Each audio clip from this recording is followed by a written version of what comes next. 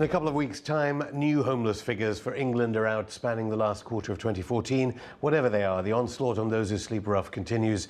The Manchester branch of Selfridges may have recently removed its so-called anti-homeless spikes, but other elements of city architecture that are meant to deter anyone from sleeping on the street still remain. Actor and writer Alex Andreou, who has previously been homeless himself, has experienced the cruelty of urban planning firsthand. He joins me now. Welcome, Alex, to Going Underground. Thank you for having me. So the homeless spikes are just the start of it then? They're just the start of it because they're a very noticeable feature. But once you begin to assess the city with a clear frame of mind of where do I sleep, where do I rest, where do I go to the toilet, then you begin to notice quite a lot of things that have changed, that have made the environment sort of anti-human in many ways. And it's not only on the minds of the homeless, it's very much on the minds of the planners. Oh, it has to be, because, I mean, these things are quite specifically designed. You don't get a change from bus shelter seats on which you can sit. You don't get a change to those sort of tiny little ones that pivot forward by accident. They're very specifically designed so that people can't sit on them for any length of time. There's a particularly insidious thing going on with sort of little sculptures as well. So occasionally you get benches or you get ledges that have these sculptures that interrupt the space sort of every 1 foot.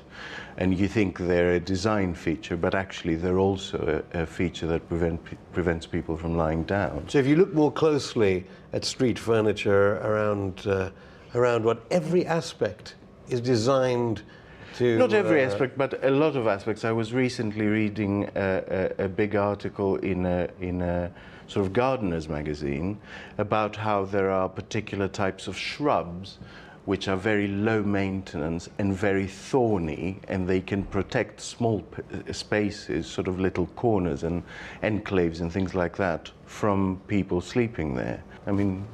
Is it very new that all public space seems to have these elements designed that are anti-people? It's not new. As a matter of fact, the concept of defensive architecture is medieval, but as a feature of urban planning, it's certainly something that seems to me to be accelerating. It's on a really exponential curve, and I think that's because the more public space gets privatized, the more councils are squeezed and budgets are slashed, and they're having to sell their assets. So the more they sell common land, the more corporate entities that buy this feel that together with the shop, they buy the frontage of the shop, and they just don't want homeless people to be there. And part of the land ownership creates these dead cells. That's right, because which they have to protect as well. Yeah, when you parcel land to sell it off, you end up with little corners and little enclaves that are really too small to develop, but they're big enough for someone to go and sleep there. And so you end up with these little problem spaces that architects are asked to solve. What do you think the psychological impact is of our visual space, those who aren't homeless, where all of this is designed to attack people who sleep rough?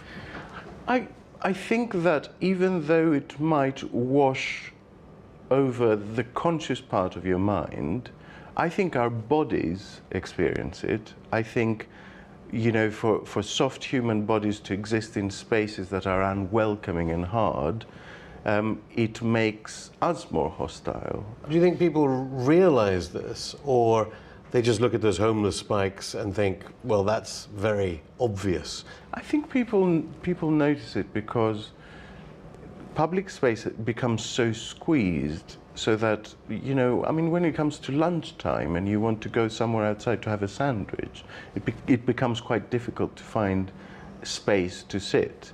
And so I do think people notice it. I'm not entirely sure whether everyone puts 2 and 2 together and understands that's what it's targeted at, but I do think it's become so prevalent that people notice it. People just find it harder to get to a public toilet. Yeah, well, I mean, public toilets shelter are a classic example. One of the constant complaints against homeless people is the fact that they urinate in public. And yet if you ask someone where the nearest free public toilet is, they couldn't tell you. And as a matter of fact, there are very, very few left. This type of defensive architecture was used famously in American inner cities, and I think many people in Britain know what happened to those inner cities.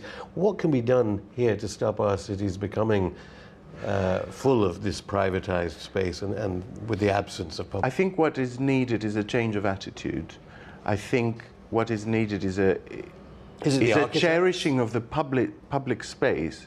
It's an understanding that the less public space we have, the more people-friendly we have to make. But with austerity policies to bail out, ironically, the city, which of course invested in the companies that own the land you're talking about, surely people will get more divided and much more, they'll be looking more and more to protecting themselves in a dangerous climate.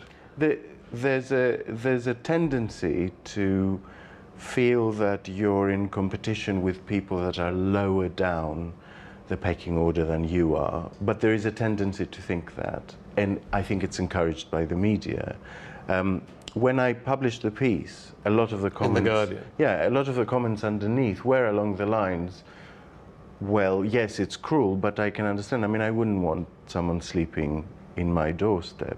And I think that is a frame of mind, that is a very particular frame of mind of the post-Thatcher generation, if you want, to be walking into your nice warm flat and see someone at the doorstep who has nothing.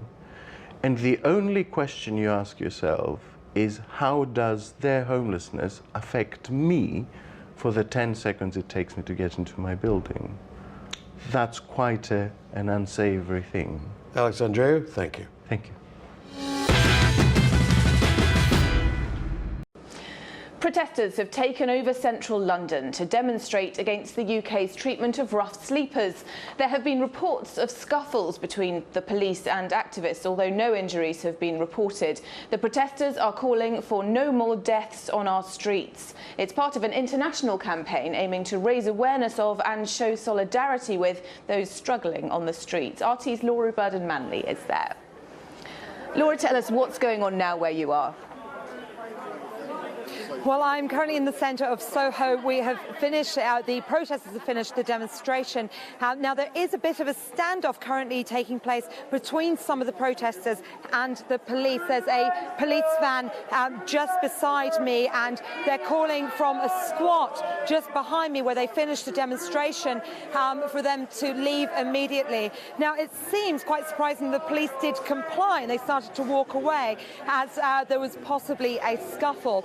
So that's what's happening at the moment. However, earlier, I'll just tell you a little bit about the trajectory of the march. It started in Whitehall, just by Downing Street. The protesters blocked all of the streets on the way, and they marched towards not only Parliament Square, but then Buckingham Palace. Part of the anger is how many empty houses there are in London where they can't house the homeless. So outside Buckingham Palace, they were shouting they should occupy, and there's 40 spare bedrooms inside. They then continued. The police have literally just moved from here now. The protesters are shouting them out. So at the end of the demonstration, they then went to numerous squats. We're standing just outside of a squat just to the right of me here, where there's still a few protesters, but it's a pretty jubilant atmosphere, actually. It seems to have been quite lively this evening. What was the protesters' main message? Well, the main message was against the previous coalition government. They didn't believe they were doing enough in order to combat homelessness in the UK. So I'm just going to give you some of the figures that'll be on the screen now. The organisers said homelessness has risen by a staggering 55% since the coalition government came into power. So they want the next government to actually make some of these changes. 742 people are sleeping rough on a nightly basis on the streets in London. Currently, there's £1.88 billion being spent to try to temporarily house homeless people in the UK. So this is obviously a big issue, as it could actually build an additional 72,000 homes in London alone. And finally, it's the children. There is a big message here tonight for them. There are 76,790 children who are in temporary accommodation, and they said, being one of the richest countries in the world, we can home at least the children. So this is one of their serious messages today. However, they said that quantifying homelessness is a very difficult task, considering there are many forgotten homeless people on the street. So they're currently talking about the hashtags, and this was actually what helped to organise the demonstration. So it's an amalgamation of many different political groups here. RT's Laura Burden-Manley there, thank you. Well, joining me now for more on this is Just in Time, a project manager for Homeless Reach, which is a service that provides essentials to those experiencing homelessness, and also John Glackin, who's the coordinator of Streets Kitchen and an organiser for the London March for the Homeless. John, I'm going to come to you first, if you don't mind. Has there been a change in the type of people who use your services recently? The biggest change in the types of people we're seeing using our services, the numbers. We're seeing vast amounts more people coming using our streets kitchens, coming to get basic needs like food, sanitary products, things that people might consider to be luxuries. And what is quite shocking is quite a few of these people actually are in employment. They're not necessarily homeless, they're people who are working on minimum wages. But having said that, we are seeing quite a large, considerable large more number of people who are actually street homeless, people who are sofa surfing. I mean, there's chaos out in those streets. I mean, the homeless figures, as you see them on official figures, they're nowhere near the truth. I mean, I'm sure as Justin would be able to tell you. I mean, he's somebody else out there in the streets. We'll come to the figures certainly in a minute, but Justin, you were nodding along there. Is that something that you can identify with? Definitely 100%. It's like we're seeing homelessness on an increase, and that's because of things like social cleansing and just the prices of rent going up, people not being able to maintain paying their rent, their bills. Like, a lot of people are just one paycheck away from being homeless themselves. So. And you see a lot of people who are employed as well? On a weekly basis as well. There's people with jobs out there, but they just can't maintain a roof over their heads for whatever reasons. So there is lots of support out there for the homeless, though, right? So day centres, hostels, soup kitchens like the one that you are organising. Is that not enough? It's not enough. There isn't enough day centres. And even with that, I mean, there's certain rules and regulations to access day centres. I mean, there's these, so what I would call them as poverty pimps. I mean, there is a whole industry that's created to make money out of homeless people, funded by councils. I mean, day centres, quite a few people don't want to go to day centres because so many rules, regulations. Now, of course, there has to be there has to be rules and regulations in terms of alcohol and conduct and stuff. But in terms of, dress code, in terms of, actually, if you smelt too much, you're not allowed to come into a day centre. And these are services that are supposed to provide those basic needs. I mean, there's a whole lot of issues that today hopefully has rose that we will continue to raise. I mean, there isn't enough day centres, and the day centres that are run, quite a few of them, there are some brilliant day centres in London, there's quite brilliant day centres in the UK, but there's not enough of them. Justin, all of the major political parties have made pledges as far as homelessness is concerned, without singling any one of them out. What are your hopes for the future? I mean, we're coming up to a general election. What do you hope and want to happen? What I would like to see is many of the places that have been boarded up due to things like health and safety reasons, I'd like to see them opened up and renovated so they're made available for people to live in.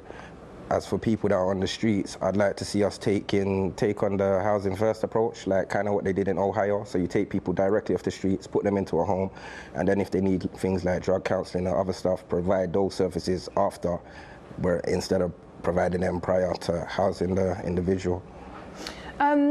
Talking about society's attitude towards the homeless, we've heard Laura talking this evening at the march about spikes being placed outside buildings and areas being watered down, presumably so that homeless people can't sleep there. But surely a city where we have a lot of rough sleepers lying around is not really a city that anyone wants to live in. I mean, aren't people obliged to do these things, really? Well, it's not that they're obliged to do it. I mean, They do it. I mean, they've actually criminalised under Operation Encompass, brought in by the Metropolitan Police, with the compliance of property pimps and the compliance of 6 boroughs in London, where it's now illegal to commit the heinous crime of rough sleeping.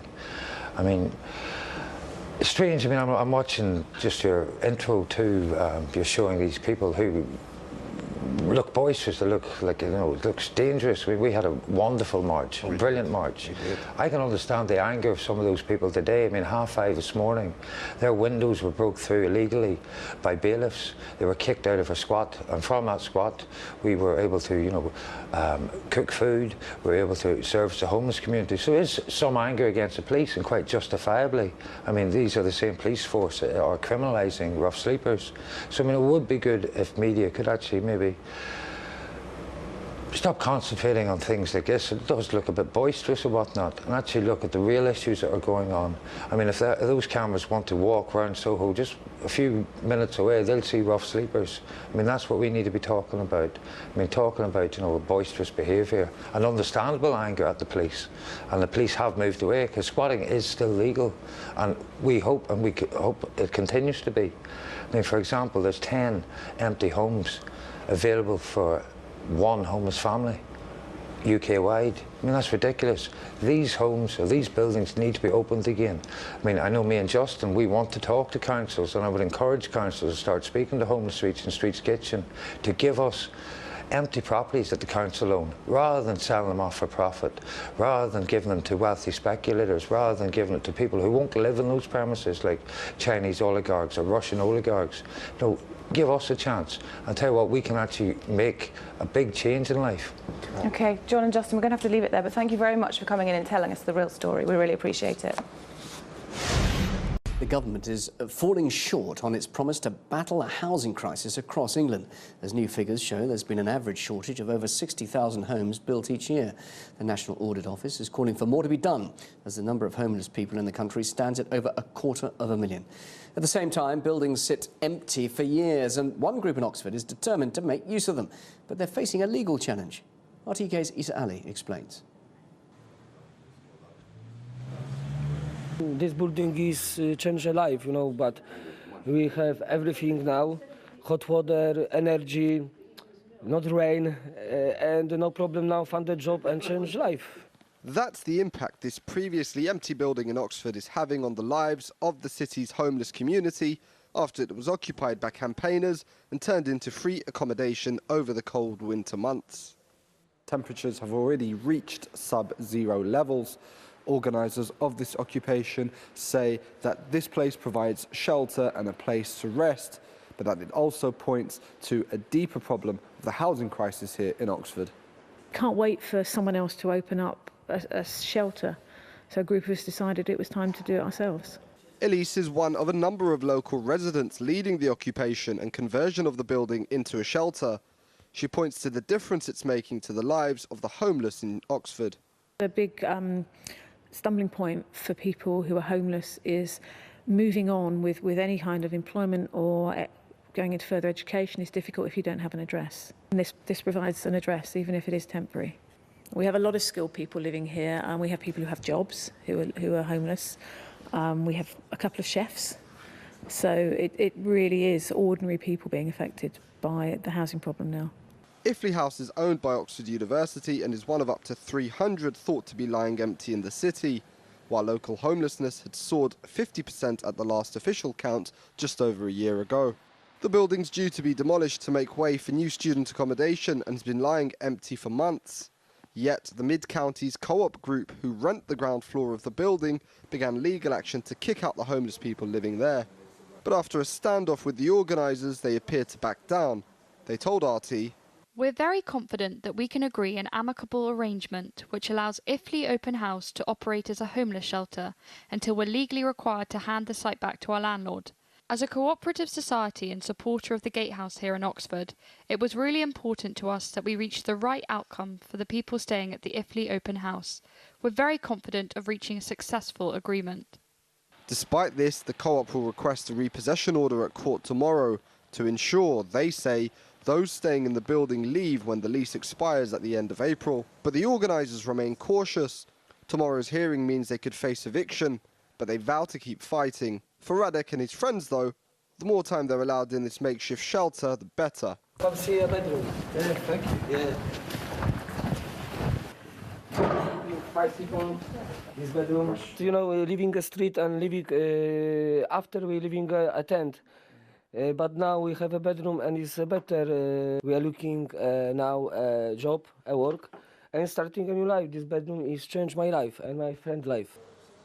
Issa Ali, RT in Oxford. Bournemouth is a haven for tourism, but local entrepreneurs argue that the homelessness epidemic is a hindrance to their businesses. To tackle the crisis, authorities are now spending hundreds of thousands of pounds on an initiative to send rough sleepers back to their hometowns. RTUK's Harry Fear finds out more.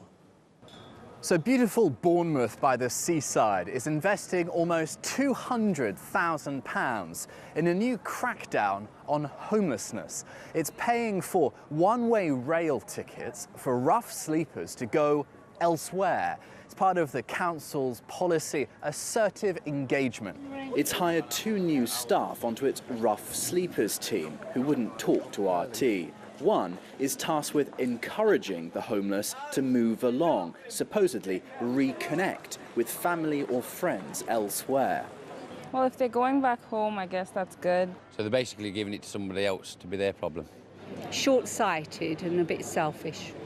It's Steve's job to increase footfall into shops. He runs the centre's business improvement district. He says rough sleeping is a big problem.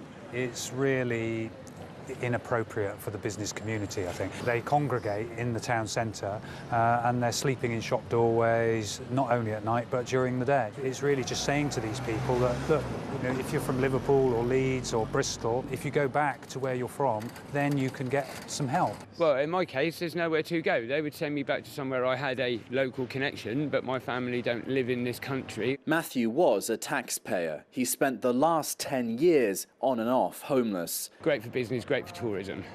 Not great for the council when the tourists see all the homeless people and realise that maybe there might be something wrong with Bournemouth and Bournemouth Council's housing policy.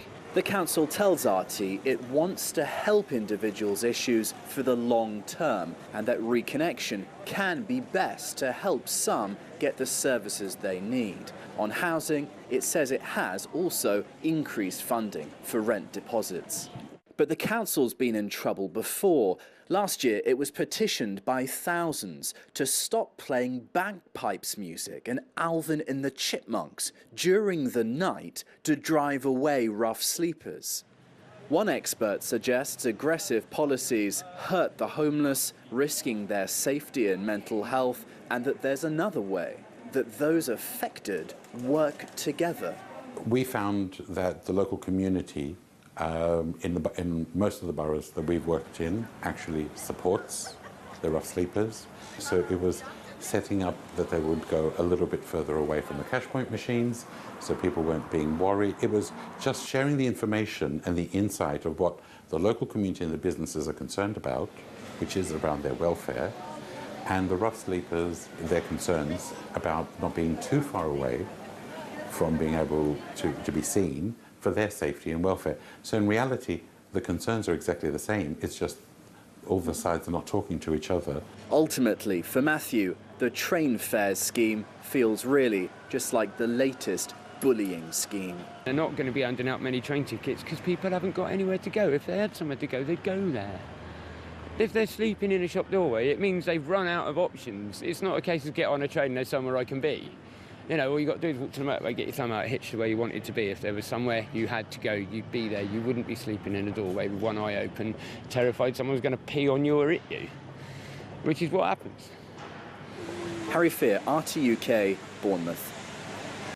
Just a few weeks ago, the empty bank housed a support centre for Liverpool's homeless community. They used the location as a place to sleep, an advice centre and a street kitchen. The Love activists say they simply wanted to look after those sleeping rough, but a judge at Liverpool's Magistrates Court branded the 3-week occupation a self-indulgent vanity project. 5 of them were thrown in jail. There's a community here that needs support, and why can't we use this building that belongs to somebody else miles and miles away, and they just want to leave it empty for their own profit? And my son decided to stay in once the doors were shut and the police were outside, and he said the policemen were saying, if you come out now you won't be arrested. James chose to stay.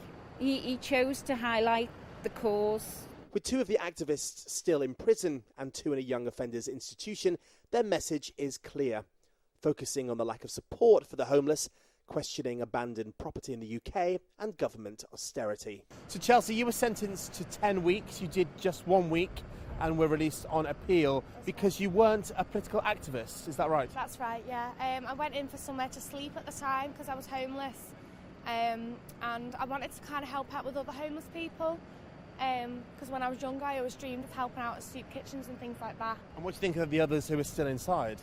I think it's awful. They went in there to help people. It's an empty building, they didn't do any harm in there, and they helped so many people. They don't deserve what they've got. Liverpool has seen a 32% increase in those sleeping rough in the last 3 years, and the local council blames government cuts for the rise. We've got major problems coming along, I think, Martin. The welfare reforms trailed in the July budget by the governments are going to reduce the benefit cap. They're going to bring lots of changes to welfare. And we're worried that there are some vulnerable citizens in the city who will be impacted on that. And we're worried about evictions, possibly from social housing. So we've got to be prepared for those changes. Although squatting in a non-residential building isn't in itself a crime, this anti-austerity protest cost the police almost £100,000. Damage caused to the Grade 1 listed structure is also estimated to have come to £46,000. Political messages come at a cost, but it's a cost that seems to be something Liverpool's Love activists are prepared to pay the price for. Britain, which was once proud of having some of the most effective legislation in the world to fend off homelessness, now has over 50,000 people sleeping rough. And with the government ushering in public sector spending cuts in an attempt to battle the country's financial troubles, the number of homeless people is expected to rise. Archie's Polly Boyko went to meet some of those living on the streets. It's freezing. You're cold, wet, and hungry. There's nowhere for you to go to dry off, and no money in your pockets. This street is all you've got, and there's no one that will help you. Welcome to Birmingham, the UK's capital for homelessness. My name is Michael. I've been homeless now for 2 years on the streets of Birmingham. In the city centre of Birmingham, I don't know how many homeless people it is, but it is a hell of a lot. And we shouldn't be homeless. A lot of people do come here after a certain time. Underneath it, we have got a car park where people sleep all over the places. This is where I got attacked. In the very centre of Birmingham? Yes, in the middle of here. Michael is by no means alone. In fact, the number of homeless people in Britain has skyrocketed by 25% since 2010, reaching 50,000 people in 2012, the biggest spike in the city of Birmingham. You don't know who could be going through your pockets, who could be walking past you. I mean, you could be sleeping next to a wall, some druggie could come up, throw up all over you. I mean, it's horrible. And the coldness is stupid, especially this time of year. We had to go about 3-4 days with nothing to eat. 21-year-old Matt fled his family home where he came to blows with his stepfather. He had to sleep rough before being granted emergency shelter in a Birmingham hostel. It's run by a charity that helps anyone down and out find employment and get back on their feet.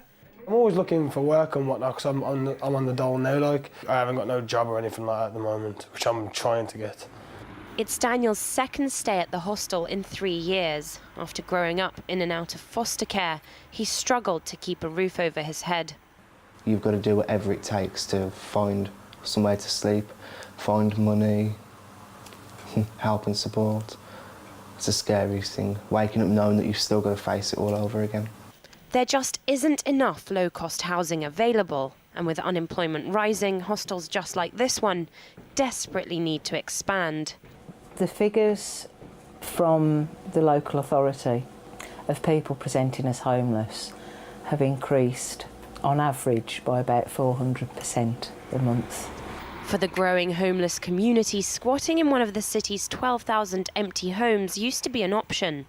Not anymore. Just before the winter set in, Westminster upgraded squatting from a civil matter to a criminal offence.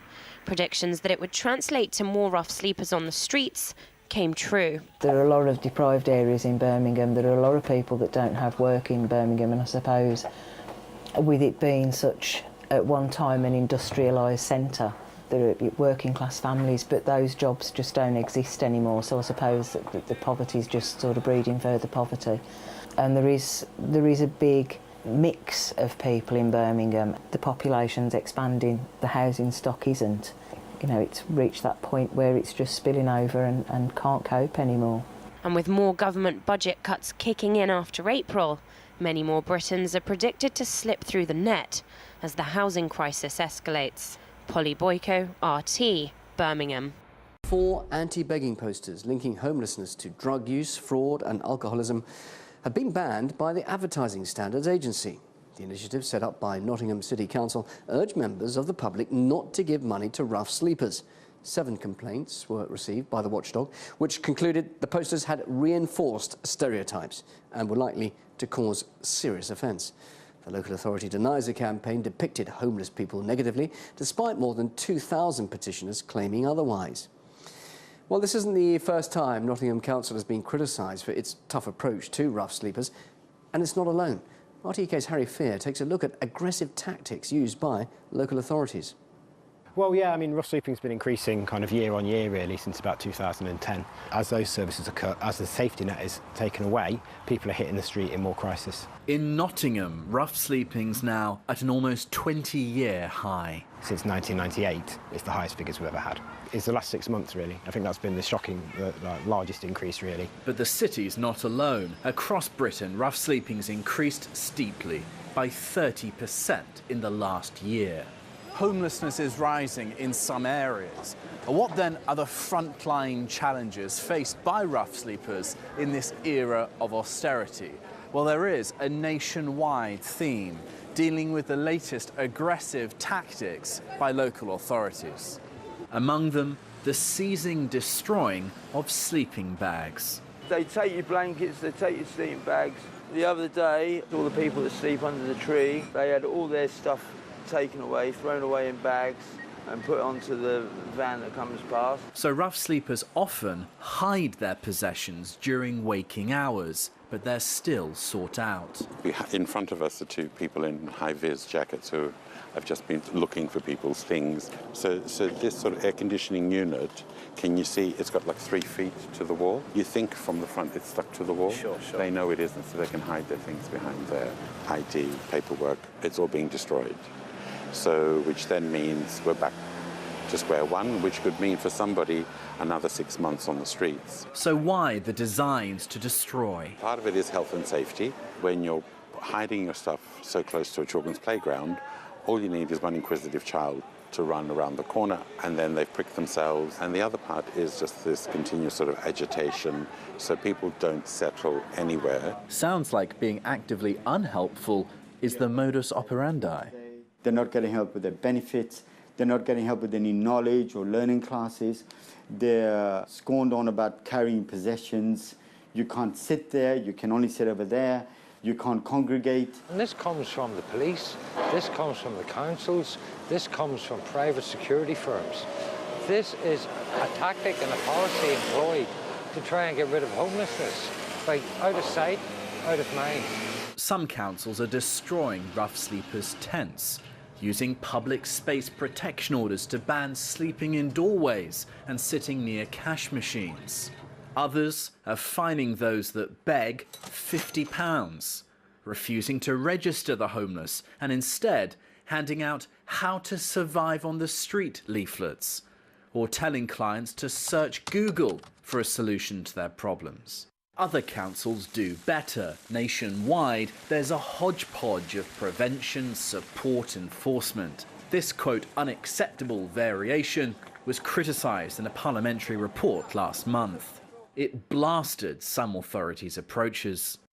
We understand the difficult financial pressures they are under and the difficult choices they have to make, but treating someone as a human does not cost money. We've received too much evidence of staff treating homeless people in ways that are dismissive and at times discriminatory. This is unacceptable. The government, though, stands firm. Statutory homelessness remains less than half the 2003-04 peak. However, one person without a home is one too many. The government is investing more than $500 million to prevent and tackle homelessness. But successive government policy failures have critical consequences for those who are some of the country's most vulnerable. A survey in the capital recently found a third had been attacked or beaten up. It's not a joke. Last year, for example, 196 people that we know of died homeless in London. What a kind of society do we live in? Harry Fear, RT, London. Sleeping on the streets can be extremely dangerous, and one homeless man found this out the hard way after he was beaten and robbed in a series of assaults over the course of just 1 week. We spoke to Chris Main to find out more about his recent ordeal. I was asleep here, I put my head down, I was quite tired, it was about 2:30 in the morning, and I woke up because Cookie was kicking off. And I sort of dazed because he was barking, and I saw someone with my case going down the street. All my stuff had gone. My chalks, my oils, my acrylics, paints, canvases, done ones, blank ones. I just felt devastated. I cried. It's been a struggle for the last nearly couple of weeks. I've had cars drive up and urine chucked at me. Me and my friend Gary, we were sitting there one day, we got spat on from a car, and there was some fighting, and there were some drunk people. And when they came out of the pub, they just decided to have a go at me and Cookie. And as I was drawing, they butted me in the head. That was the Friday. And then on the Saturday, someone put a pint glass there. And I said, can you move your pint glass? And he came out and he spat on me and Cookie then. So later on in the night, it was the same people, but in a car. And I drove there and they chucked a pint glass at me. And it smashed off there, it got me there, cut on my face, where the glass, and it caught Cookie, and they drove off, calling me a dirty tramp. So... But it seems a helping hand is always in reach, and some locals have since decided to set up a crowdfunding page to help Chris get back on his feet, hoping to reach £5,000. The money will help go towards new clothes, food and painting materials.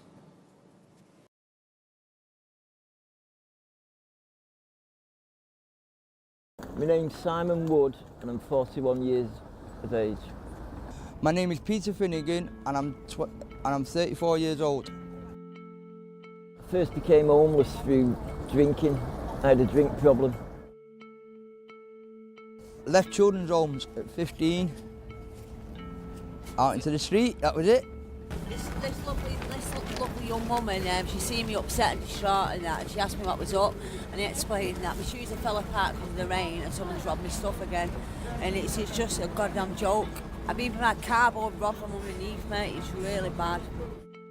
Are you addicted to any drugs? No. No, just alcohol? Yeah. Are you addicted to any drugs? No. No. Alcohol? No. No. And how many years have you been without a home? On and off, 20 years plus. 20 years. Now, about 5 years. Well, thank you very much for doing this. It is great of you. I just want someone to do it for me, so... Yeah, I help back even more homeless and that, and, when I got my feet, I'm going to help back, do you know what I mean? But I used to do voluntary work and that anyway, mate.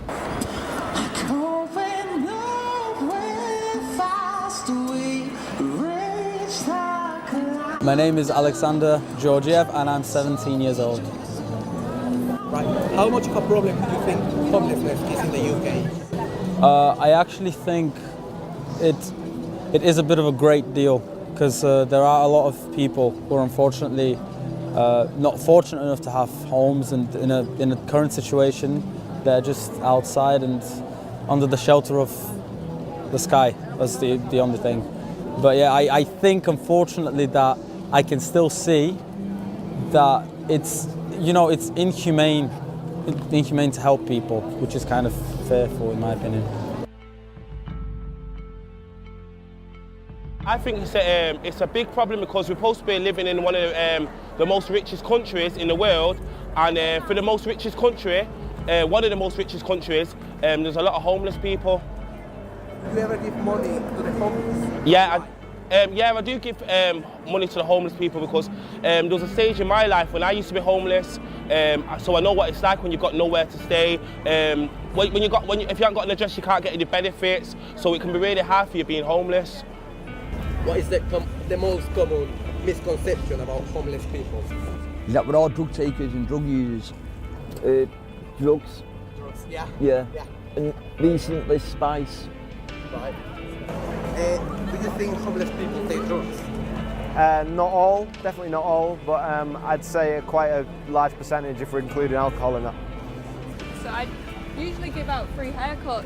There was a dude around here yesterday who came in and had a shower and everything, got a free haircut. So have you got like a shop or something? Free haircuts, don't you? Well, I've only done it was called Wayne. Yeah, they done my hair last week. I had my haircut last week, yeah. So is it for free? Yeah. Yeah, I just... Because I had a really good talk with everyone, and I said when I'm on my feet, I'm going to do it myself, do something once a week and stuff, yeah. You know, instead of trying to do loads of things every day. Because that's what I was like, trying to help everyone. And I crashed, and I didn't even think about myself for 1 minute, and because of that I ended up having a mental breakdown, do you know what I mean? And it's not good. Got a brother and sister, both younger. You know, thankfully, you know, they're not in the same situation as myself. First left school, I worked as a slaughterman. I have got an asbestos removal licence, you know, to remove asbestos. I've done various jobs, warehouse work, labouring. Yeah. All sorts of different jobs over the years. Yeah. Have you got a job now? No. No, you haven't got a job? No. I was took off him at 4 years old because of abuse. Physical and mental, so not really any contact with my family. No. Not at all? No. What's your biggest fear in life? I don't have any fears. I think I've conquered them all, to be honest. Yeah. Oh, hang on. Not being remembered. By anybody, just not being remembered. Being forgotten. Dying on the street. Biggest regret? Not listening, thinking I knew best. Not putting more into my sport when I was a kid. I think homelessness is a really serious problem, especially on the streets of Manchester. It seems to be growing more and more every day, and as soon as you speak to these people you realise they have a completely normal life just like you, and then they've missed one payday or one rent due and then that's it, it's all been gone, and then they're on the streets. Do I feel safe? Funny you say that. Last night I was only attacked. My head's been split open, and that was just for asking someone for change. They give me a mouthful, called me all the names under the sun, you know. I was still polite, said to them, thank you, have a good night. I walked off. Next minute, I was whacked over the head. What makes you feel safe?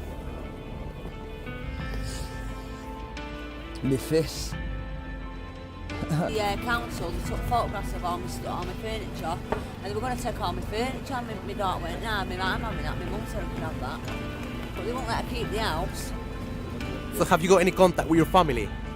Yeah, I spoke to my mum. I was at my mum and dad's last week, but yeah, kind of went sour grapes. Right.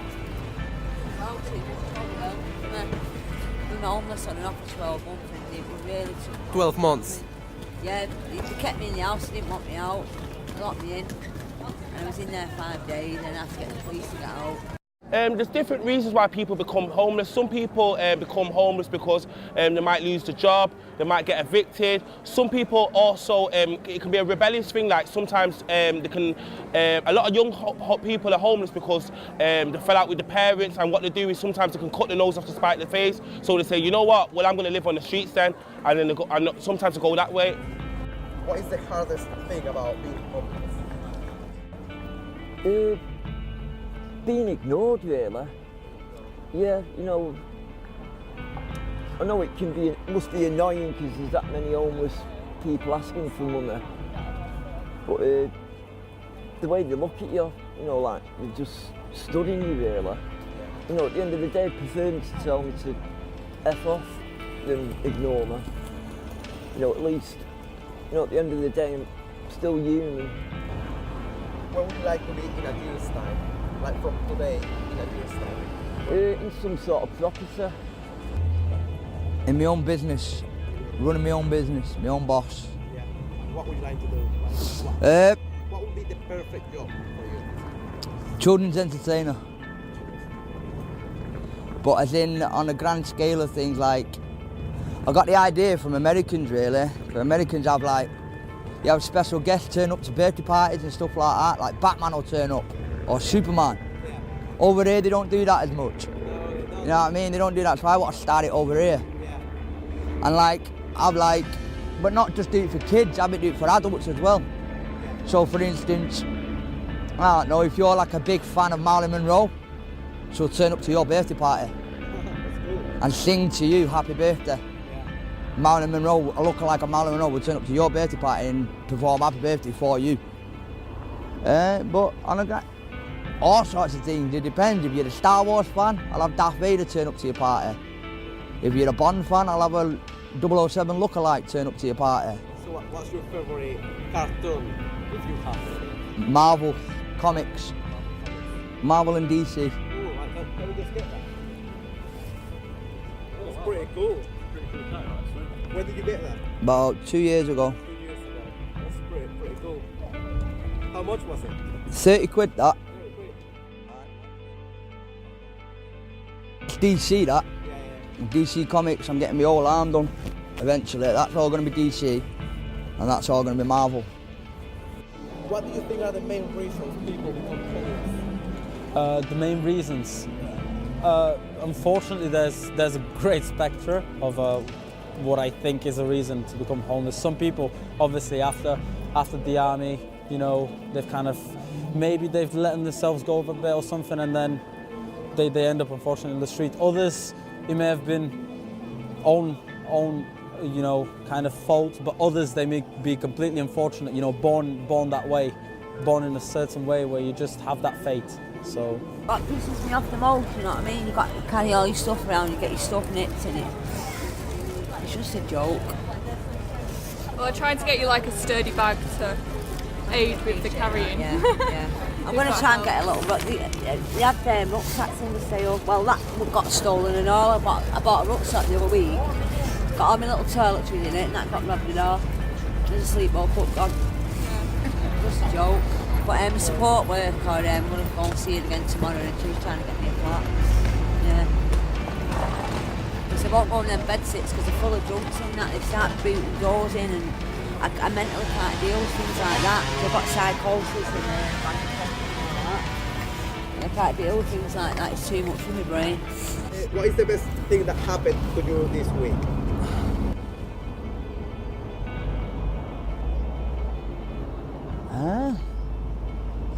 I was finally given an appointment for the mental health. So they might be able to diagnose me with something. Because I've been out of this, been going around there in my head's like that. And everybody's just saying, oh, it's you, can't. But they've actually turned around and listened to me now and saying, no, hang on a minute, there is something actually wrong with your brain. Something has slid, something's cracked. So that's made me pretty happy. Yeah. I'm getting took seriously now. So at night, where do you sleep? That doorway there. Is it closed there? Yeah, it's closed on a Sunday it is. Right. So have they ever kicked you out from there? Or? Oh yeah, they wake you up in the morning because he's got to get in. As soon as they wake me up, I move on. I sit here. So So they help you and you help them in a way? Like, Yeah, because... No, because as soon as they come, they wake me up, they say, excuse me, I've got to get in the office. I say, not a problem, grab my bags, and I just move here. And they're like, thank you. It's good that they And sometimes they come out with water and stuff like that. It was really hot, not today, but yesterday she came out and said, here's a bottle of water. I was like, oh, thank you. You know, she didn't have to, she could have... a good relationship with Yeah, she seems alright. Yeah, she seems alright. I've only been here 2 or 3 days, but she seems alright. So when you are not here, where do you go? Anywhere around the city. What's your favourite part of the city? I haven't got one. You haven't got one? No. No. Yeah, just at the end of the day, you know, I'm still a human being. You know, I don't choose to sit here. You know, sadly, it's circumstances that have put me in this situation. You know, I prefer to be working. You know, I do more hours a day doing this than a normal job. You know, and I would prefer to be in some sort of work, you know, normal life. I wouldn't wish this on my worst enemy, this lifestyle. Have you seen any help, like, with any government I'm registered with the council, but the government think there's no homeless, they say there's no homeless problem.